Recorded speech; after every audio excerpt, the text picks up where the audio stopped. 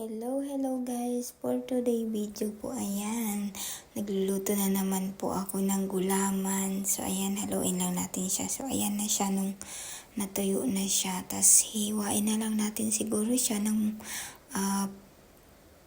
kahit anong hiwa siguro yung gagawin ko dyan is yan.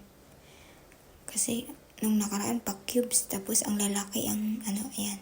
So bali pala ang gagawin ko ngayon is may siya, may sagu siya, tas may siya nata de coco. So ayan.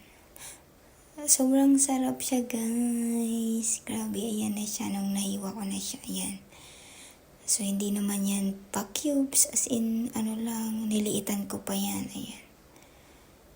Ayan, tapos ayan. Ayan na siya, guys. Malapit na natin siyang haluin. So, ayan na. Nung pinagsama ko ng lahat ng ingredients. So, ayan siya, guys. Super yum. Ayan, guys. Diba?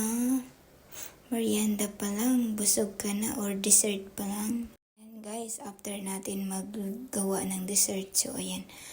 Dito naman tayo sa hugasin. Ayan, napakadami. Konti lang kami.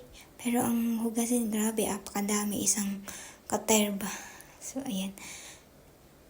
Ayan lang, guys. Bye-bye. Thank you for watching.